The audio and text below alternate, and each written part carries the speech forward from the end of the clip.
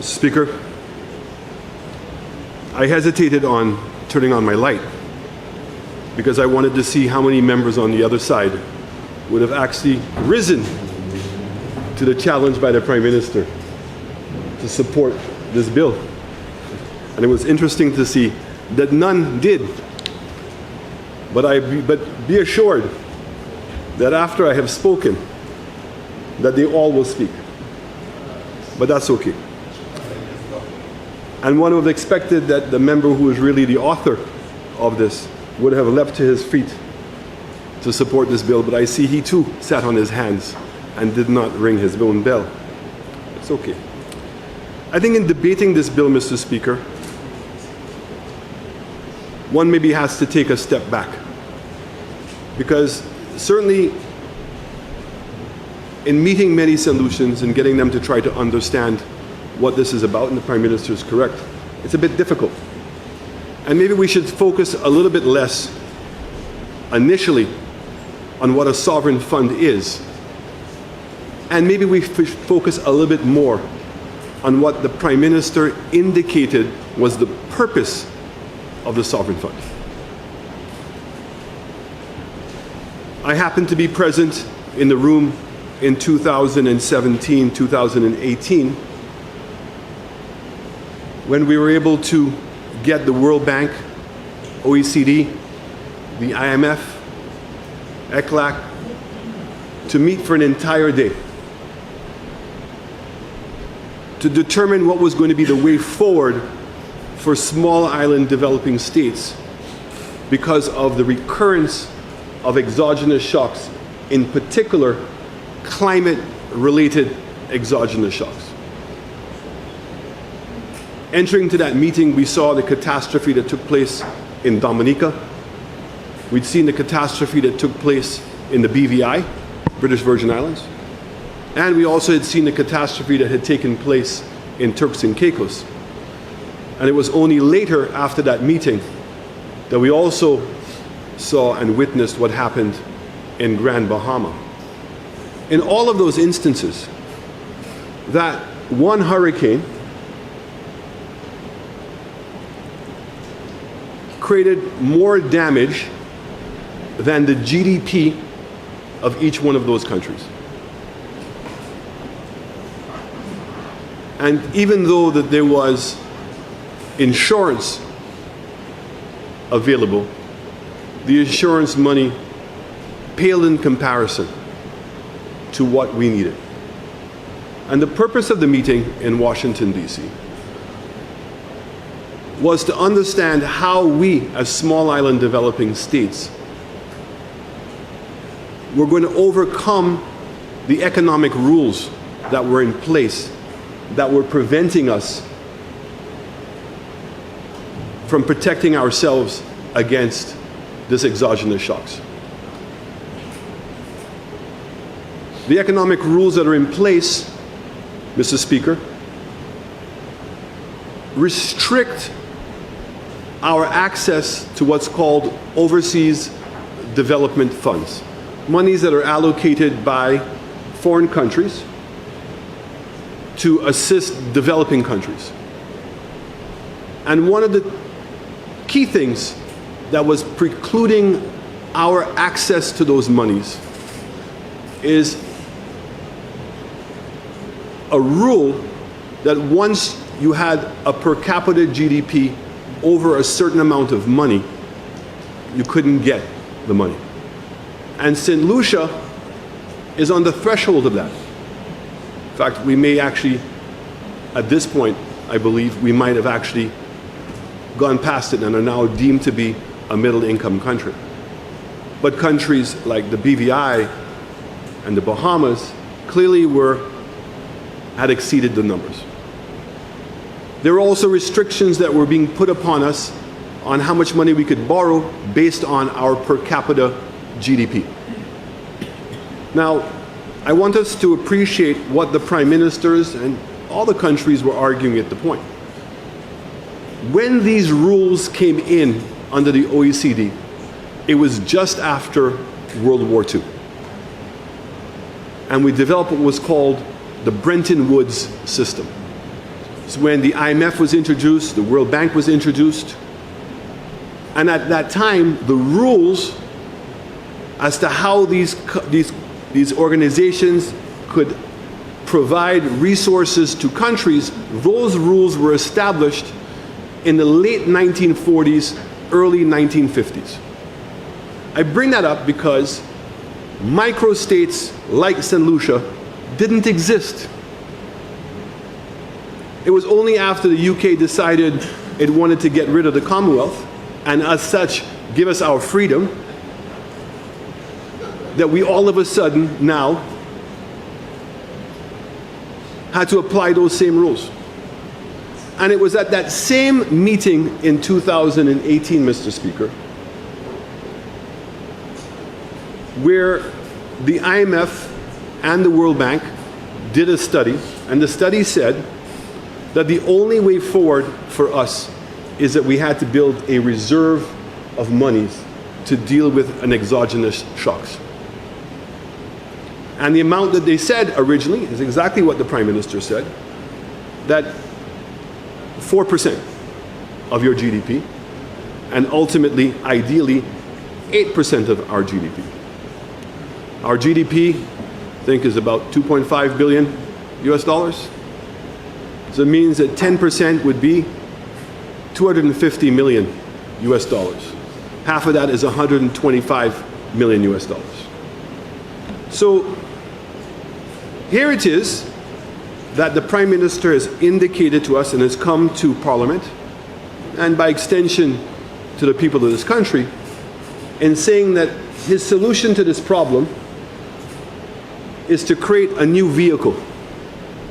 And that vehicle is this sovereign wealth fund. And that he's gone to great lengths to speak about the governance structures, which I will get to, in this particular fund. And that the bulk of it, but he never really said so, but I'm just taking from what he indicated, that the bulk of the money that would be going into this sovereign fund is going to come from our economic fund. So here it is, we have a fund called the Economic Fund, where, to his point, that the monies from the CIP, both in terms of the administrative fee and also in terms of the administrative fee and in terms of the donations, that these monies go into the Economic Fund. And the Prime Minister was 100% correct. He spoke about the governance structure of the Economic Fund. I believe I have that structure here. It's already a document in the House, but I'm happy to share it again, Mr. Speaker. It says the St. Lucia National Economic Fund Board will consist of the following people: the Director of Finance, who is the chairperson, the Budget Director, the Chief Economist, a representative from Invest St. Lucia, a representative from the Attorney General's Office, and a representative from the private sector.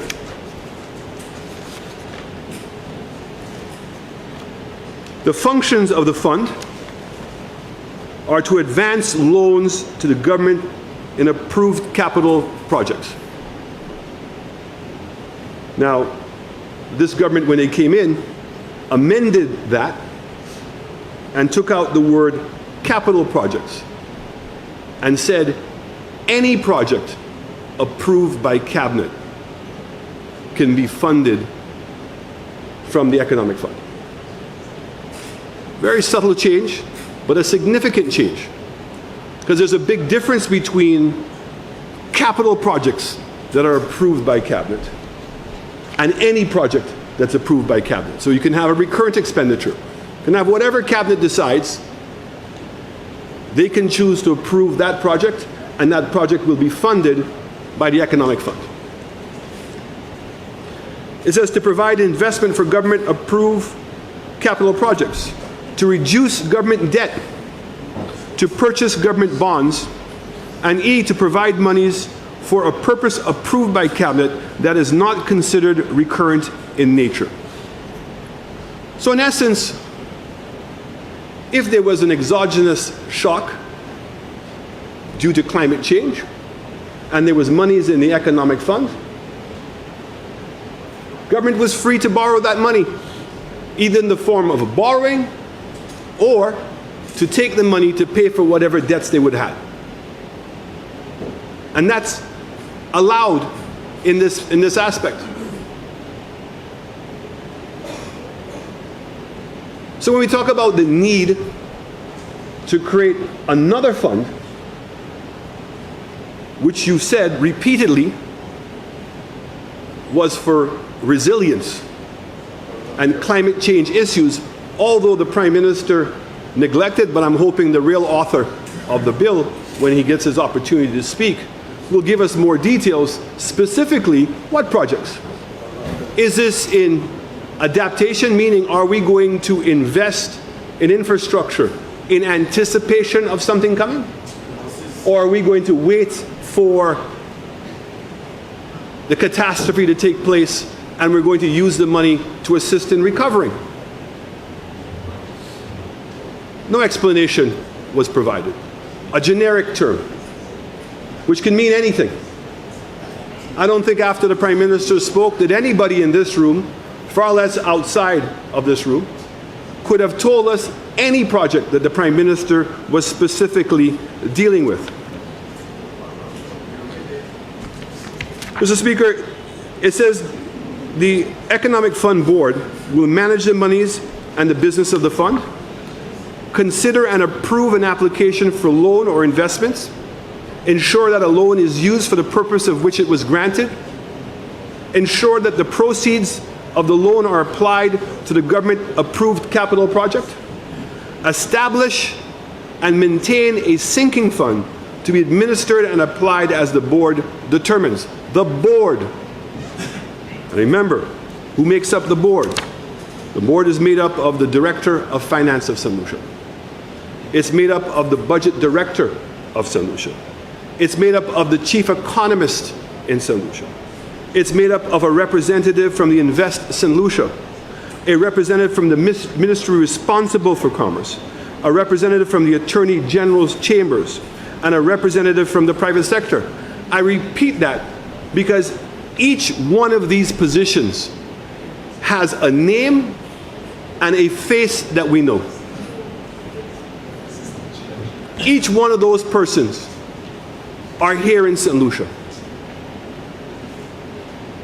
And each one of those persons, as their daily job, are supposed to be protecting and managing the assets of our state. So it means that they have the requisite expertise to manage the economic fund. If I jump ahead to what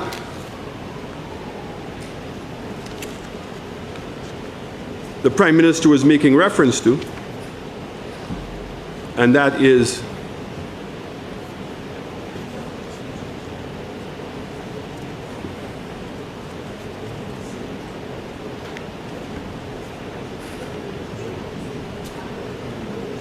the composition of the board of this sovereign wealth fund. The corporate secretary, 9 members appointed subject to subsection 2.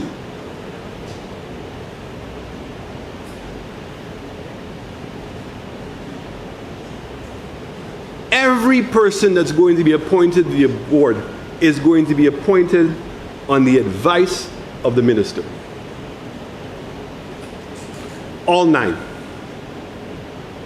All 9 people on the board are not designated, are not people who we know, but it's people that the minister has determined to be fit. Nothing else. he is going to be, or she, is going to be the person solely approved by cabinet to appoint any of the board members. The corporate secretary is being appointed on the advice of the minister. Imagine it. And the custodian, which I will get to later, is being appointed on, guess what? The advice of the minister. And the investment manager on the advice of the minister. So everybody and everyone that the Prime Minister has indicated is there to protect us and are going to be independent, all are generated from the same person, the minister. That's who's appointing them. The minister. Now, what's a sovereign fund? Prime Minister talked about the Santiago Principles, which speaks about the establishment and the governance of any good sovereign fund. But if we look up in the dictionary, we'll see, because we have to keep it simple, it's a state-owned investment fund that invests in real and financial assets, such as stocks, bonds, real estate, precious metals, or alternative investments, such as private equity funds or a hedge fund. They invest globally and are funded by revenues from commodity exports or from foreign exchange reserves. Very important.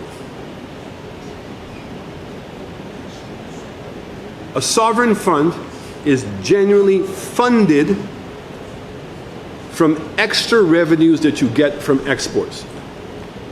And this is why the countries that have the largest and wealthiest sovereign funds in the world happen to be the ones that are exporting oil. Saudi Arabia, the Emirates, Norway. So when they're selling the oil, the money they're making from the oil, after they extract 10% is generally the number to help with government. The remaining amount of money goes into a sovereign fund. And what they do with that money is that they have investors that assist them now to make sure that they can grow that money. They're not just keeping that money still, they're allowing that money to grow. But remember, when you now buy bonds and you're investing into hedges and equity funds, etc., you don't have readily access to that money.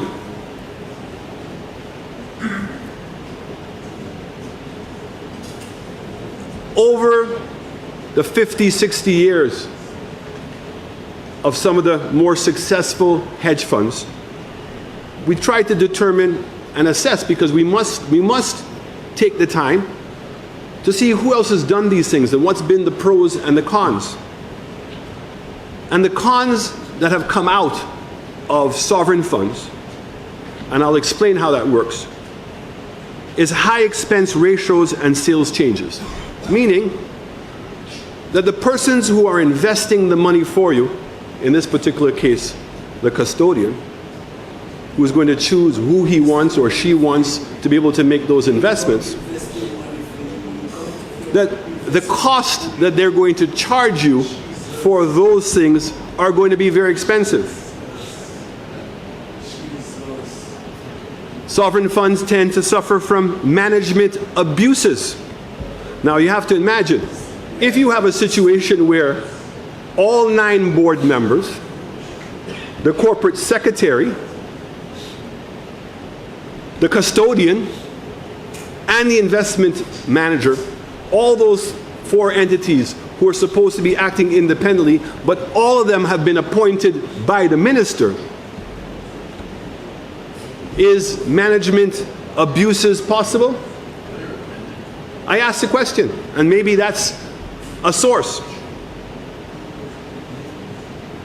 And also what it says, because again, in every aspect of this bill, we continuously see the minister's involvement.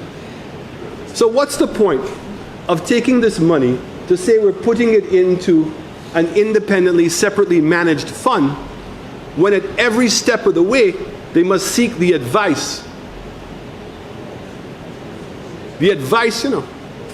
of the minister. So ultimately, the success of the fund and the independence of the fund and the efficiency of the fund is going to depend on the minister's advice. That's what it's ultimately going to come to. Now, we've heard that the main purpose of the fund is to support investments in climate adaptation, climate mitigation, and the third one being sustainable economic development. All of those things can be achieved through the economic fund, of where the money is supposed to be. The money is supposed to be in the economic fund. And I'm going to get to that.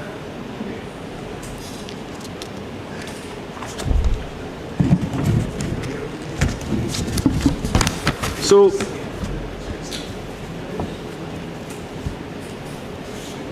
when we go, first of all, and we go, Mr. Speaker, annual report of the board. The board 43. The board shall submit to the minister, subject to subsection 2, and not later than 6 months after the end of each financial year, an annual report on the operations and activities and transactions of the board, containing an account of the performance of activities and operations of the board. Annual report under subsection 1 must be accompanied by the auditor's report. 3. The minister shall submit the annual report and auditor's report submitted under subsections 1B to be laid in Parliament within 28 days of its receipt by the minister, or if Parliament is not in session, within 28 days of the next session of Parliament. And before I get to the added piece, that language is not new. So, if we go to the CIP Act, we'll see Section 22, the audit.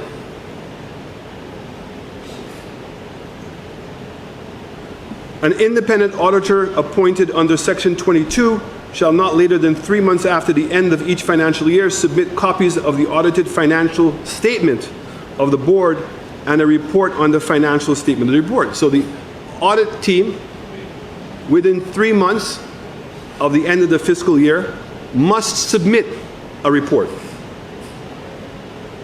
Not later than 3 months after the end of each financial year, and in accordance with Section 3, the board shall submit to the minister an annual report on the work. So in addition to the audit report, the CIP unit is supposed to submit an annual report. And that report is supposed to be then tabled by the minister of CIP no later than 3 months after that. So our financial year ends in March. It means that the minister must receive both the annual report and the audited report. He must receive those reports by July. And then now, the minister has up until September to put those reports to hear in Parliament. That's in the CIP Act. In the Economic Fund,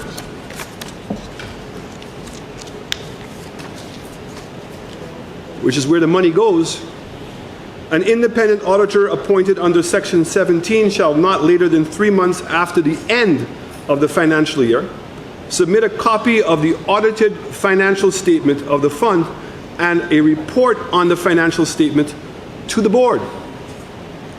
No later than 3 months after the end of each financial year, the board shall submit to the minister an annual report on the monies and the businesses of the fund for the financial year, and the minister shall not later than 3 months after the submission of the annual report, lay the report in Parliament. So here it is.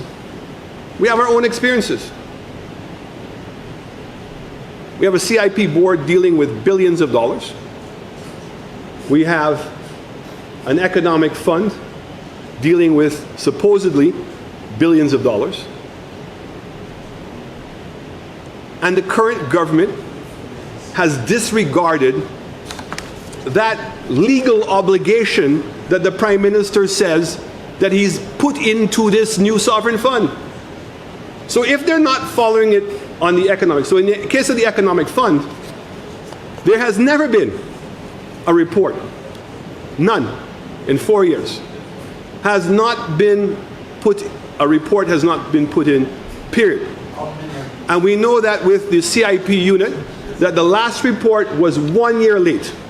And the report that was due in October of last year still has not been tabled in front of the House. So what I want to say is, why on earth would the Prime Minister want to stand up, talk about the Santiago rules, which would have said the same thing, that there has to be reports, and there has to be transparency, and it has to be in the public. But here we have two glaring examples of millions of dollars of which the government has deliberately ignored what is in law. And so what is it we've learned? Should there be a penalty? Should the fund stop and cease unless they meet these timelines? Are we going to put some guardrails on? Are we going to put some real checks and balances? Or are we going to continue to fool ourselves that you can come to the House and bring a document, wave it around as if it is some legal document and there's some obligation on your part to follow it, when you have not? You haven't. So why should we trust you today with even more money? And remember, in this particular case with the sovereign funds, I want to repeat myself, that the 9 board members are chosen by the minister. The corporate secretary is chosen and selected by the minister. The custodian is selected and chosen by the minister. And the investment manager are all done so. And you're coming back with the same failed law. And what do you put in? You put in now another section to say that there's going to be a forensic audit every 3 years. And guess who the forensic audit goes to? Guess who the forensic, does the forensic audit come to Parliament? Is the forensic audit coming to the public? No. The forensic audit is going to the minister. To the minister. Again. That's who the money is going to. That's who the report is going to. It doesn't even say that he has to make it public. It makes no reference. It just says there'll be a forensic report. I'm reading something wrong. Forensic report says, your section says, your new added section, you have it there? Let me read it specifically. Notwithstanding this section, the board shall submit to the minister a forensic audit every 3 years. And that's supposed to mean something to us? That's supposed to be transparent and living up to the Santiago Protocol of accountability and transparency? When the Prime Minister wants to talk about a fund to be there for you and for your children and for your children's children, are you instilled with confidence that this bill puts all those safeguards in place? That the entire bill comes back to one person, the minister. And we're supposed to trust that? And that includes language and protocols that we have seen over time and time again that have failed us. Now, when we speak specifically about how this sovereign entity is going to work, one starts getting very nervous because of some of the language that's used here to describe what's going to take place. So section 33, Mr. Speaker, custodian. The board shall, on the advice of the minister and cabinet, appoint by instrument in writing on terms and conditions the board on the advice of the minister. So imagine, not only the appointing the person, but the terms of their appointment is going to be determined by the minister. So who the person is going to be and the terms of what they're going to be are all being done by the minister. So I don't know what these 9 people are going to be doing, but anyway. And it says, a custodian appointed under subsection 1. Sorry, there was an amendment. Can I have that? 33.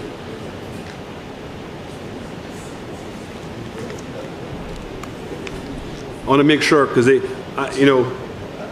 they've had this sovereign fund for all this time, and we were held up today because they were reprinting the sovereign fund. So again, I have a major concern that something as important as this was put in front of the House 2 weeks ago. I'm not so sure I've heard of any meetings with the civil society or with anybody to go through the details and presentation of the sovereign fund. Certainly the ones I spoke to this morning had not heard anything. And yet here it is, amendments were being made at the 24th hour and given to us. But that's okay. It says, a custodian appointed under subsection 1 holds the property of the fund in the name of the custodian. A custodian appointed, remember who's appointing the custodian? The minister. Holds the property of the fund in the name of the custodian. Think of that for a moment. That we're going to take hundreds of millions of dollars from the economic fund, where we know who the director of finance is, we know who the director of the budget is, we know who the chief economist is, we know all these people. We're now going to appoint 9 members that are going to be faceless, only known to the minister. And then the minister is going to select the custodian. He's going to advise them on who to appoint as the custodian. And then we're going to take the assets that we've taken from the economic fund, follow the money, taking the money from our economic fund, put it into the sovereign fund, and now we're going to put it in the name of the custodian. Not even the name of St. Lucia. What are the safeguards that we know?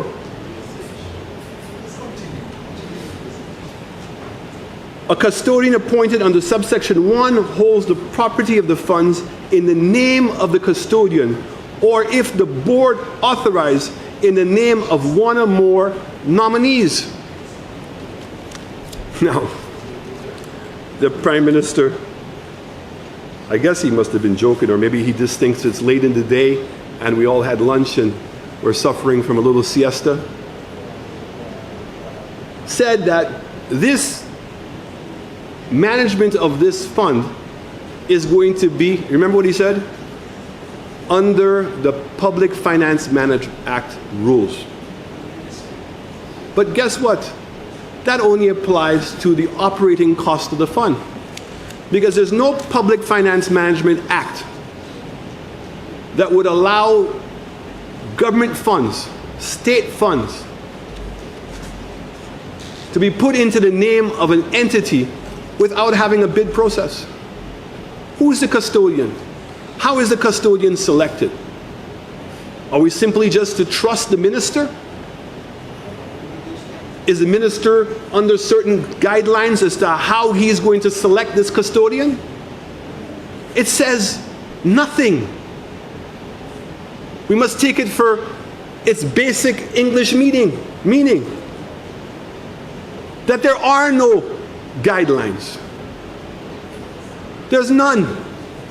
The minister simply is going to choose a custodian, and we're going to turn around and throw a board under the pretext that this board is protecting us, and that this board is going to take this money and put it into the name of this unknown entity of which we, the people of St. Lucia, the people from my constituency, who would be depending on these resources to continue to see the improvement of their roads, to continue to see the development of their recreational facilities, to continue to see the development of houses.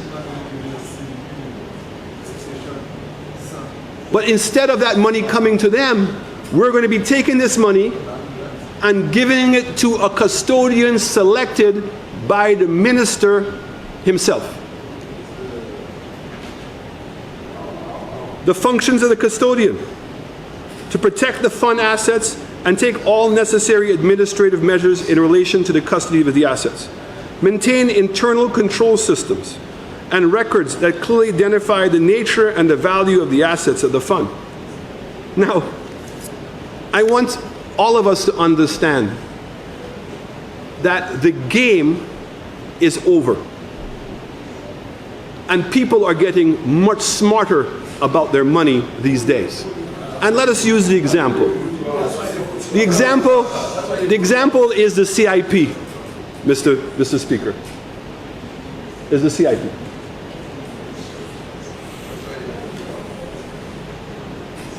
The audit that is being done in the CIP, Mr. Speaker, is only of the activities of the board. But the escrow account that was set up and where the money was supposed to go is outside of the purview of the audit and has not been included in any audits. Okay? I want to repeat that.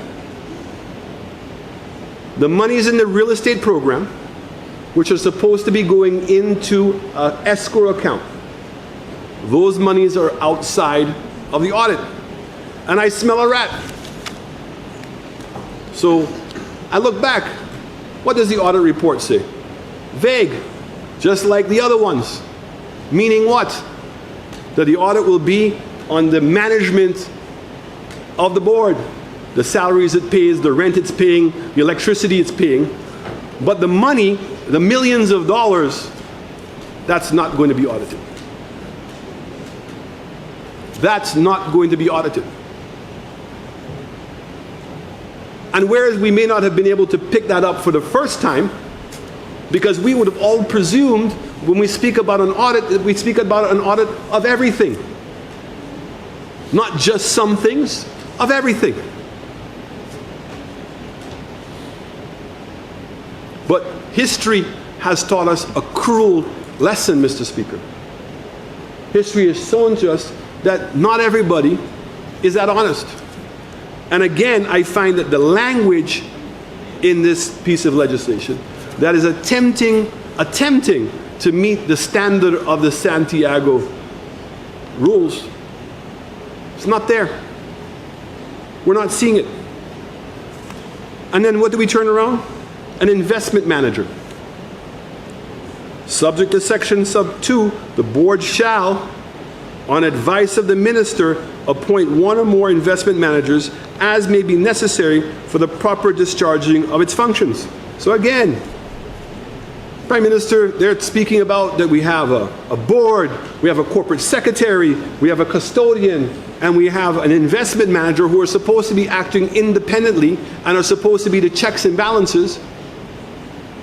But when you put it all out, we realize that it's one person appointing all of these people. One person appointing all of these people. Now, the member from Castries East, the Honorable Prime Minister, Minister of Finance, gave us a number, $110 million. So what's interesting is that in the revelation, finally, of contracts that were issued to Galaxy for the hotel project and contracts that were issued to Galaxy for the infrastructure program, we now no longer have to guess. We now know that the hotel contract that was originally done in 2018, and that was to build a $300 million hotel, Mr. Speaker, that they issued 210 million US dollars in applications, approval. And then now, the contract was amended to go to $1 billion US dollars. And in the case of the infrastructure program, a contract was issued where the minister, in essence, engaged, I'll use the language, Galaxy, to do $100 million US dollars of infrastructure work. And in turn, was going to let them sell $600 million US dollars of CIP citizenship programs. Now, let's just take the number of 11,000. And even if we discarded for the moment the donation that on the infrastructure program, the 100,000 US that was supposed to come to the government of St. Lucia, of which the minister in the contract allowed Galaxy to collect themselves. Didn't have to come to the state. So just 11,000, and if you take on average $20,000 in administrative fees.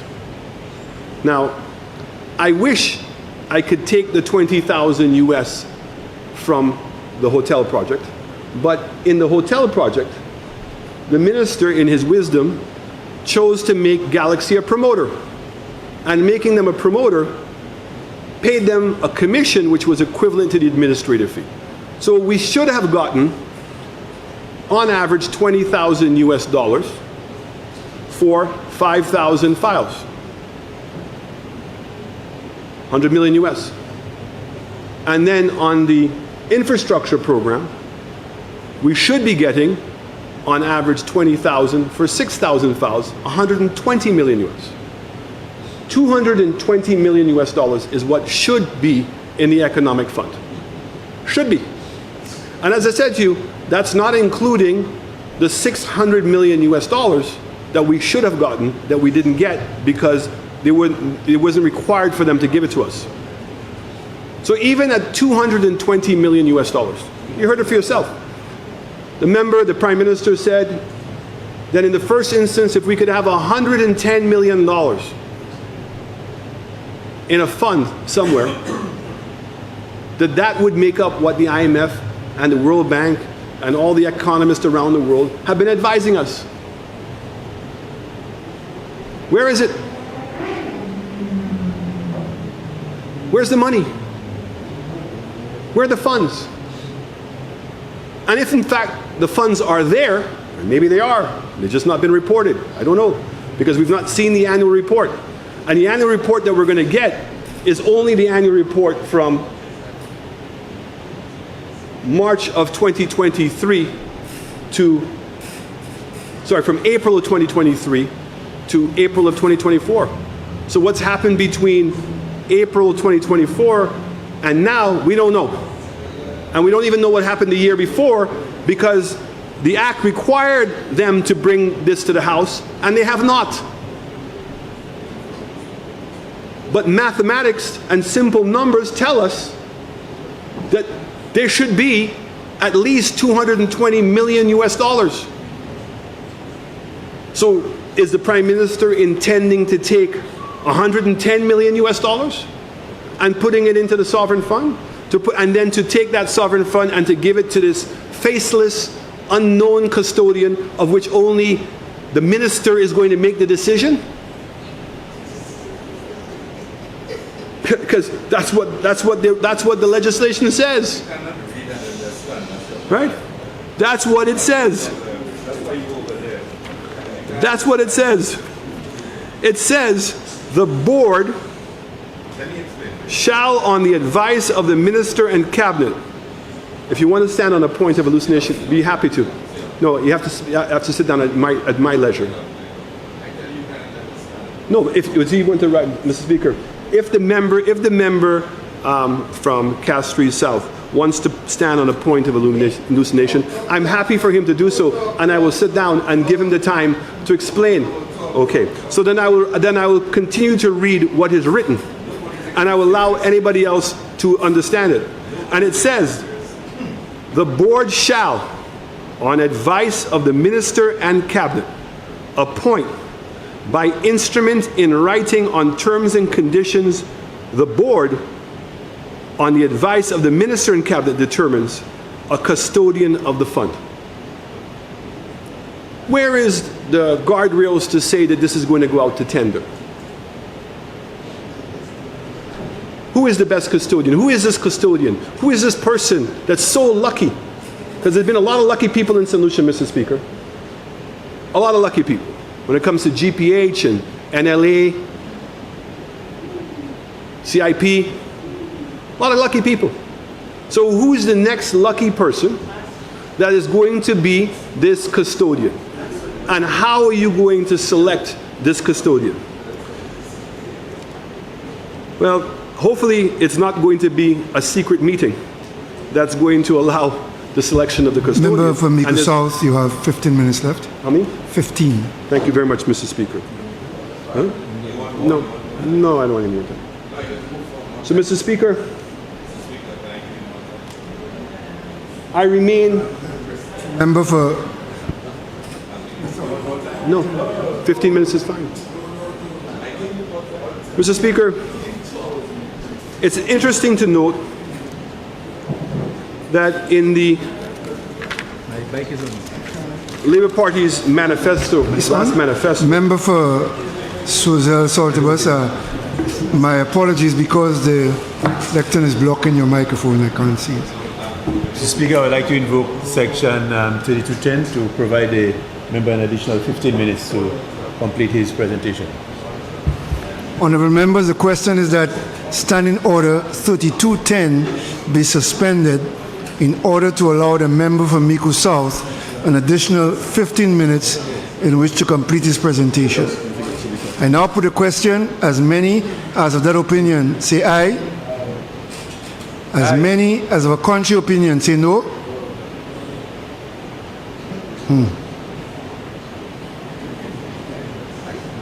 The ayes have it. Members, when the question is put, members have to answer sufficiently loudly for the chair to hear. I now put the question again. As many as of that opinion say aye. Aye. As many as of a contrary opinion say no. Division. Madam Deputy Clerk.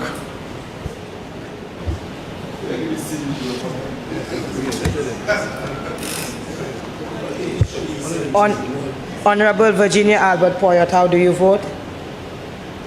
No, you have to say it in the mic, please. Mic. Members, a wave of the hand is not enough. Please put on your microphone and state your position. Honorable Virginia Albert Poyot, how do you vote? No. Honorable Cancel is not there. Honorable Sean Edward, how do you vote? No. Mic, please. No. Honorable Bradley Felix, how do you vote? Yes.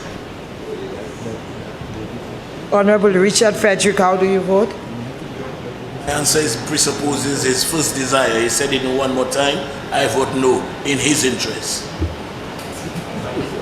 Honorable Wayne Girard, how do you vote? No. Honorable Joachim Henry, how do you vote? No. Honorable Dr. Ernest Healed, how do you vote? No. Honorable Emma Hippolyte, how do you vote? No. Honorable Moses Jabatis, how do you vote? He said he did not want any more time, so I join him to say no. Honorable Jeremiah Norbert, how do you vote? No. What? No. Honorable Philip Joseph Pierre, how do you vote? I vote yes.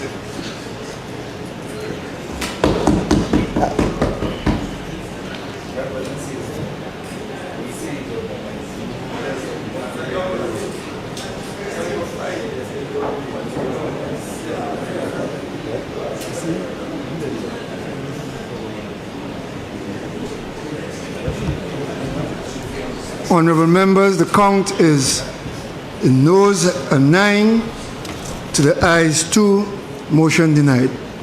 Please proceed. Thank you very much, Mr. Speaker, and I say thank you to my colleagues. Mr. Speaker, Remember, you will get the additional time that the division took. thank you, Mr. Speaker.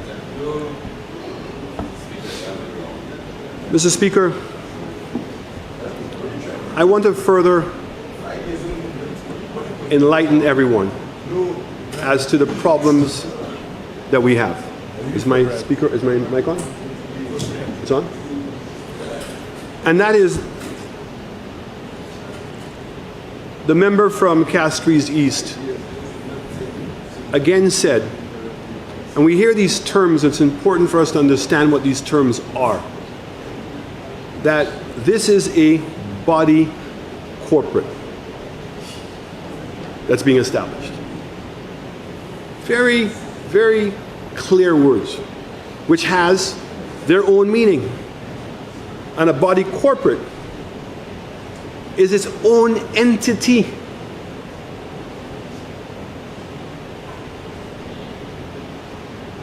It can be sued and it can sue.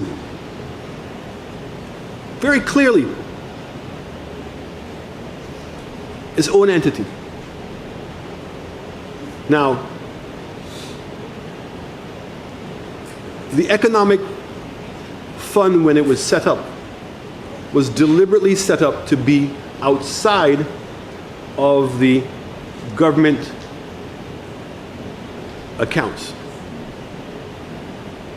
Why? Because the monies that went into it were not supposed to be used for recurrent expenditure. So we see St. Kitts, Dominica, Grenada, and to some extent Antigua, over the years were using a substantial amount of their money from their CIP earnings to pay for recurrent expenditure, to pay for salaries and to pay for utilities and to pay for those kinds of things. And now that the CIP program in St. Kitts has been hampered by the revelation that there has been discounting, illegal discounting. And in fact, that government now is attempting to go after persons who had their citizenship approved and requiring them to provide proof that they paid the right amount of money. And all of the scandal that has been associated with the program, the sales of CIP in Antigua have diminished, and as a result of it, there's been a substantial increase in debt in St. Kitts. And sadly, the money that they're incurring in debt is to pay for recurrent expenditures. And it's for that reason that the Economic Fund was established outside of the government fund, the consolidated account.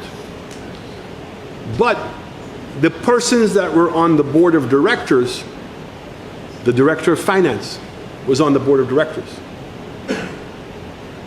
The head of budget was on the board.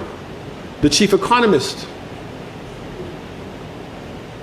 a person from the Attorney General's office, a person from Invest St. Lucia, all these government officials were there with very strict rules on what the money could be used for. And the minister's role and cabinet role at the time was solely to give them the guidelines, but not to tell them what to do. in this instance with this sovereign wealth fund, the board, every decision they're going to make is subject to the minister and the advice of the minister.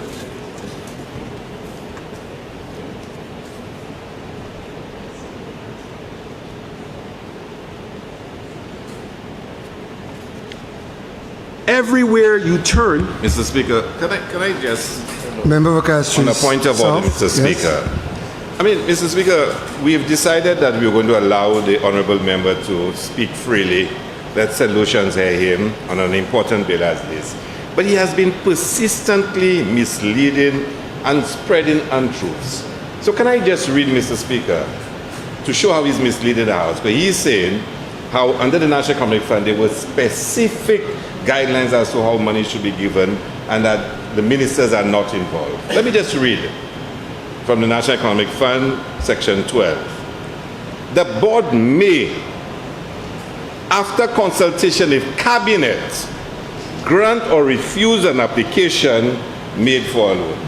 Now, it says the board may, after consultation with cabinet, grant or refuse. How is it that ministers and government, and I mean he's been doing that throughout, which is why he did not get more time.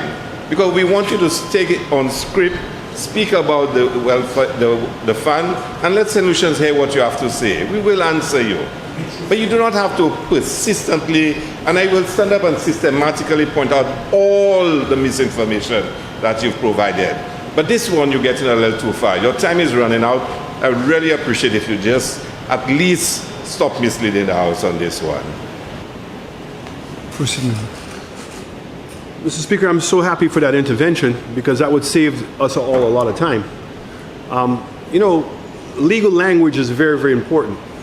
There's a big difference between advice and consultation. Big difference. It says the board, after consultation, may, not shall. So it means the discretion is left to the board. To the board. Not the minister. He's talking about the economic fund. Exactly the point. Why is it not the same way? In all of the other ones, okay, is on the advice of the minister. Not about we get to consult his advice. No. The advice is you hire this person, and that's the person you're supposed to hire. That's what it says. Member from Mico South, you have 5 minutes left. Thank you very much, Mr. Speaker.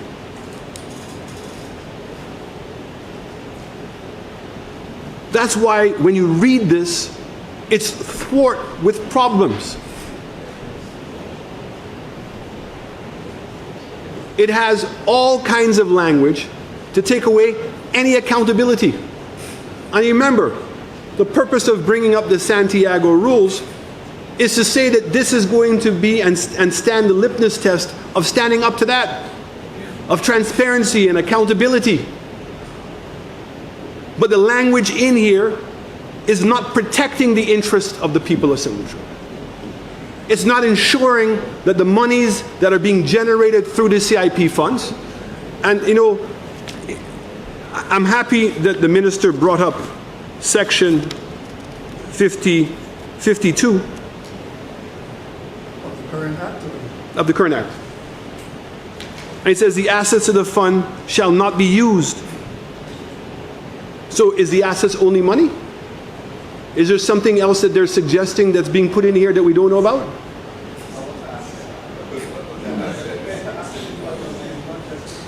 So it's not just money. I don't know. It says the assets of the fund shall not be used. I'm asking you a question.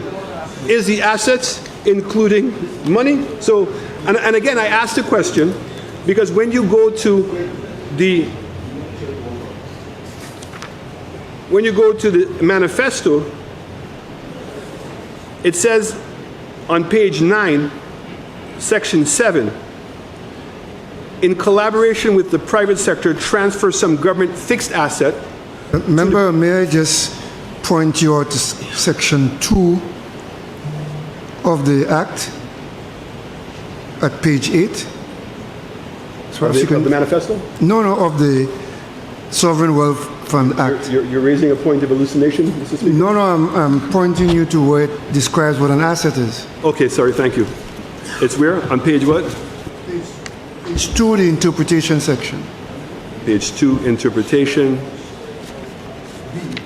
Asset means a real personal property, a part of a share of an asset of interest and asset. So I'm 100% right. So it is not just money. How are the assets getting in here? Where does this speak to how the decisions? The Minister of Finance is going to make the decision by themselves as to which assets you're going to take and put into the fund? So it's very clear that the monies are coming from the economic fund. Where are the assets coming from, and what's the process that the government is going to use to declare that they're going to transfer, as an example, HIA Airport? I don't know what assets. Are they going to take school buildings? Are they going to take our hospitals? Are they going to take Wasco? Although I hear people using a different name to describe Wasco these days. Where are these assets coming from? And then it goes on to say, and very interestingly, the fund shall not be used to provide credit to the government. So it means whatever assets we've put in, or whatever money is in, it cannot be used, I assume, as a loan to government, or any public enterprise, the statutory bodies, or to any private sector entities, or any other person and entity. B, as collateral for debts, guarantees, commitments, or other liabilities of any other person or entity, whether public or private. But it speaks to what it cannot do with government entities, but it has no restrictions on what those assets could be used for the fund. So can the fund turn around now and leverage those assets for the fund? And the justification for that is the money that you were ever going to leverage it for is now going to be put in? That's very unclear. I get it that it says you can't use it to help any government entity, but it in no way restricts the fund from using those assets to benefit the fund. And I say that because in a previous cabinet, which the member from Castries Central was in as well, there was a proposal to establish a sovereign fund. Member for Mico South, you have 1 minute left, so you may begin you. wrapping up. That a sovereign fund was going to be established by another Robert. We have had 3 Roberts in our lives: Robert Lindquist, Robert Ainsworth, and Robert Wentworth. And one of those Roberts was going to establish this fund in which we were going to put all the assets in, and then they were going to leverage the assets out. And the member from Castries Ancillary was actually working for one of those, Ancillary and Canaries, was actually working at the time with one of those entities. And I heard from the Prime Minister glowing reports as to how much time the member has been spending in England, where this one Robert also lives, in putting together this fund. So has the government already predetermined who is going to be the custodian of this fund? How can it be that we're coming to the House today and there's no processes being put in place, no guardrails being put in place? So, Mr. Speaker, in wrapping up, I have to say that we already have an entity called the Economic Fund. I wish there was greater clarity, Mr. Speaker, on how much money is in it. We certainly can calculate, based on the contracts that we've received, that over 11,000 files were issued, and therefore 800 million US dollars ought to be in the fund, right? I'm glad the Prime Minister can laugh about it. I certainly don't find myself laughing about it at all. 800 million US dollars. I can't even begin to think of the number of houses, the number of roads, the improvement in our healthcare services, improvement in our sports, and being able to have more than the amount of money that the World Bank and the IMF would have designated to be put in a fund to deal with exogenous shocks, particularly with what's going on geopolitically in today's market. There's another storm brewing, and there's going to be need, I'm sure, for us to have to draw down on that fund.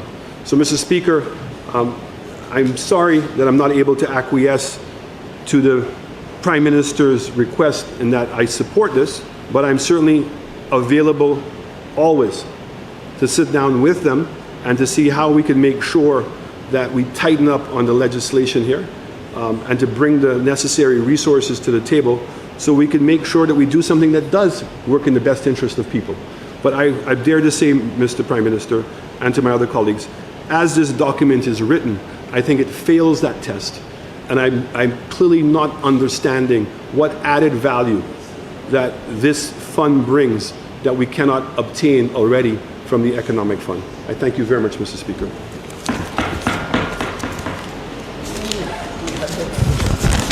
We had the National Economic Fund when he